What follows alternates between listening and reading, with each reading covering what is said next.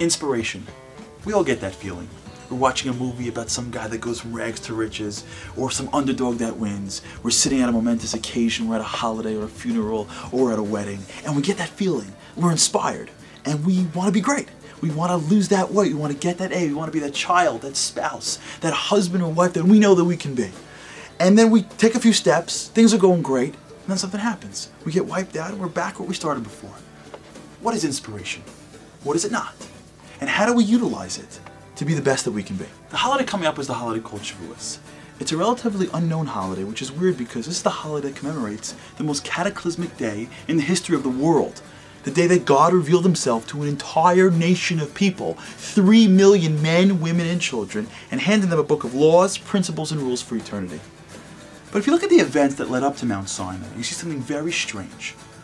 Roll it back a few weeks. Jews walk out of Egypt and they're flying high. I mean, how could you not be? You were slaves, then you watched God rimrock the Egyptians for 10 of the coolest plagues ever, and now you're free. And right just as they're outside the Egypt and in the desert, Pharaoh comes and spoils the fun, because he's trying to capture them. So Pharaoh comes out, trying to get the Jews. Now the Jews are stuck. You've got the Red Sea on one side, you've got Pharaoh on the other side, and it's checkmate, game over. And then God comes and does the unthinkable. He splits the sea.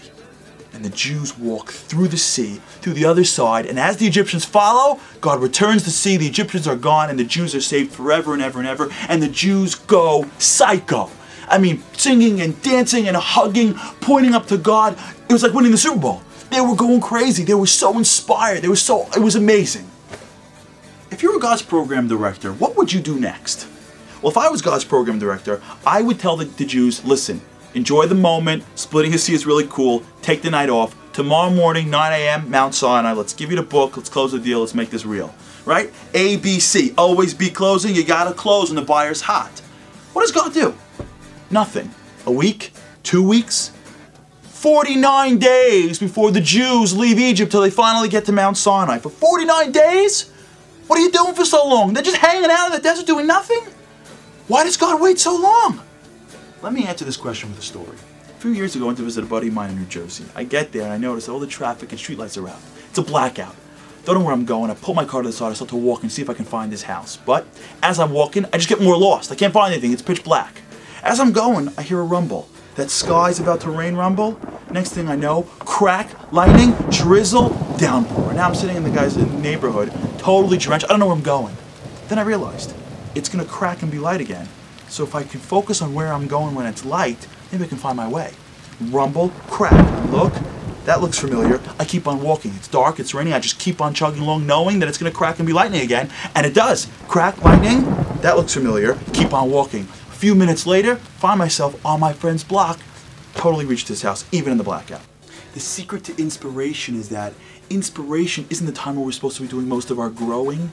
Inspiration is a time where we take a step back and realize what we could be. It's the light in the darkness. It's how great we can become. And then we start the journey knowing full well that it's going to get dark and rainy real soon. It's going to get too hard. We're going to be too tired. We're going to be too busy. It's going to be too much for us to make the call or to pass on dessert or hit the gym or hit the library. It'll be too hard. It's dark and rainy. But if we push through during those times, that's when we achieve greatness. When we go through when it's hard and keep on moving towards the light that we saw earlier, knowing full well that there'll be a light again real soon that inspires us to see even further, and we keep on going, that's how we become great. See the light, push through the darkness, see the light, push through the darkness, over and over and over again until we achieve all of our goals and become the best that we can be.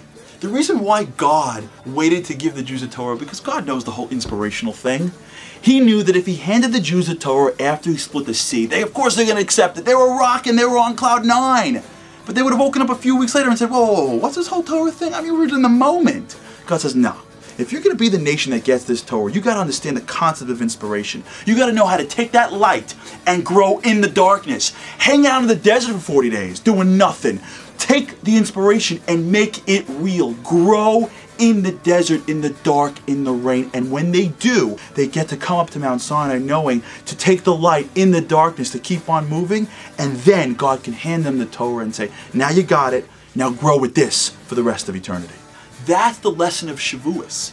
When we get inspired, and we all do, That's the time when we take a step back and say, how great can I be? Let me start going there. And then when it gets dark and rainy, when it gets too hard, when you get too tired, when you get too busy, and you keep on pushing, then you achieve greatness. To the next light, to the darkness pushing, lightness, over and over and over again, until one day you wake up and you look to the left and you look to the right and you're on your own Mount Sinai. And God's looking at you face to face and He's smiling ear to ear. Happy Shavuos.